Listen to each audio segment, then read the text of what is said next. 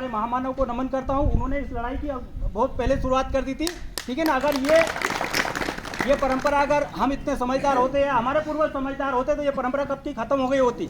लेकिन क्योंकि हम उस परंपरा को खत्म हमको करना है और इसकी अगुवाई हमको करनी पड़ेगी, ठीक है ना। अगर हम ये अगुवाई शुरू नहीं करेंगे, इस परंपरा को हम खत्म नहीं करेंगे, तो हमारी आने वाली पीढ़ी भी है ना और नर्क में है ना। जो आज समाज कहाँ से कहाँ चला गया, हमारे से पिछड़ी जाति के लोग कहाँ चले गए और आज हम भी वहीं पे है ना, हमारी समाज पिछड़ती जा रही है।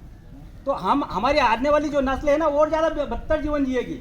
तो ये समाज में जितनी भी कुरीतियाँ हैं है ना, चाहे वो नुक्ता प्रथा हो या और मान प्रथा हो कि हमारे यहाँ बच्चा पैदा होता है हम बकरे चढ़ाते हैं, मुर्गे चढ़ाते हैं। भैया बच्चा सबके यहाँ पैदा होता है, मुर्गा चढ़ाओ, बकरा चढ़ाओ, नहीं चढ़ाओ, कोई संबंध नहीं उसका, ठीक है ना। तो ये फिजूल खर्ची बंद करो। दहेज प्रथा है ना, दहेज प्रथा भी कम से कम करो।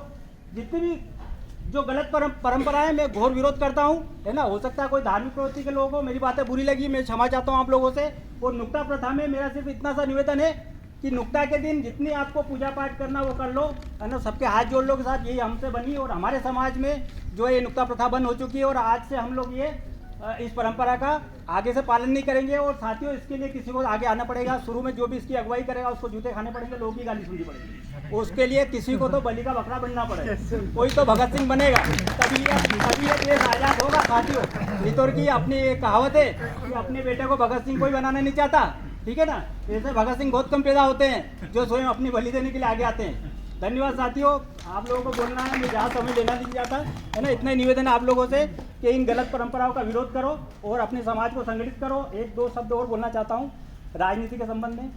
जब तक हमारे साथ जो अभी हमारे साथी ने बोला भी सही वो कि हमारे लोगों के साथ में किसी के मकान, अभी उज्जैन में है ना कुछ लोग मकान तोड़ दिए। सरकार ने वो है ना, मकान कौन देता है, प्रधानमंत्री आवास योजना में वो मकान मिले, ग्राम पंचायत ने वो अलॉट किया ना, भी उसका परीक्षण आता, निरीक्षण होता है, सारी चीज़ें प्रोसेस होती है।